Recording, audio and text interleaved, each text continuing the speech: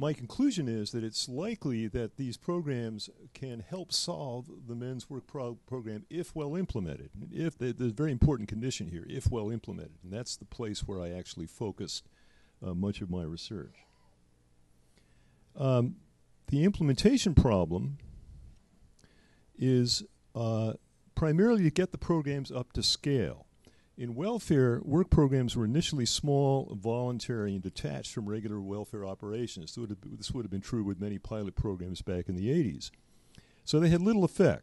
It was only after they expanded and were built into the welfare system in the 90s that the welfare work programs had a dramatic effect. They drove up work levels, and indeed they caused most of the mothers simply to leave the welfare system and go to work.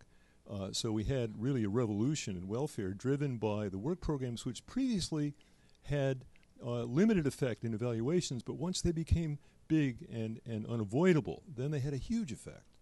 And that's what I think we have to hope for in the men's case. The current men's programs, like the welfare programs in the 80s, are small, voluntary, and detached. They're mostly outside regular child support and criminal justice operations.